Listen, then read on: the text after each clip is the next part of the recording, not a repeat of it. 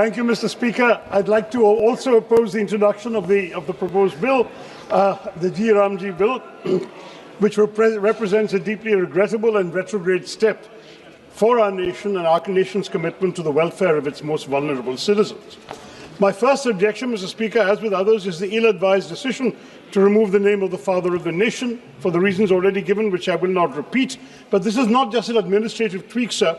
It's an assault on the very spirit and philosophical foundation of this crucial program. Mahatma Gandhi's vision of Ram Rajya was never a purely political program.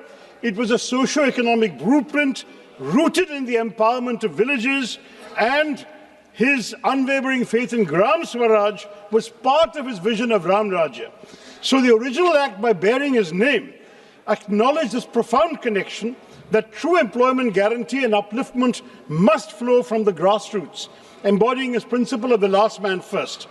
To remove the name Mahatma Gandhi is to strip the bill of its moral compass and its historical legitimacy, and then to have two languages in the title, just to make the acronym G. Ramji, is not just a violation of Article 348, as pointed out in the previous discussion, but it also reminds me of a song, of a lyric from my childhood, sir. Mere bachpan mein ye gaate the, dekho ye divano ye kaam mat karo, Ram ka naam badnaam mat karo. And in this particular case, it's a real...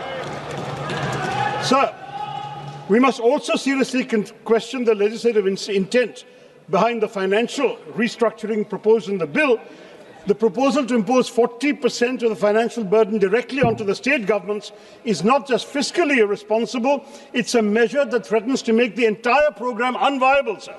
This sudden and massive shift in liability will inevitably make it impossible for poorer states. It will lead to delays in wage payments, reduced days of work, and ultimately the destruction of the scheme itself. And it's a violation of fiscal federalism, sir, which is why I don't think we have the legislative competence to do that.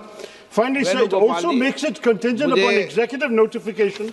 It allows the union to decide, sir, when and where the scheme will operate. This fundamentally alters the nature of the program from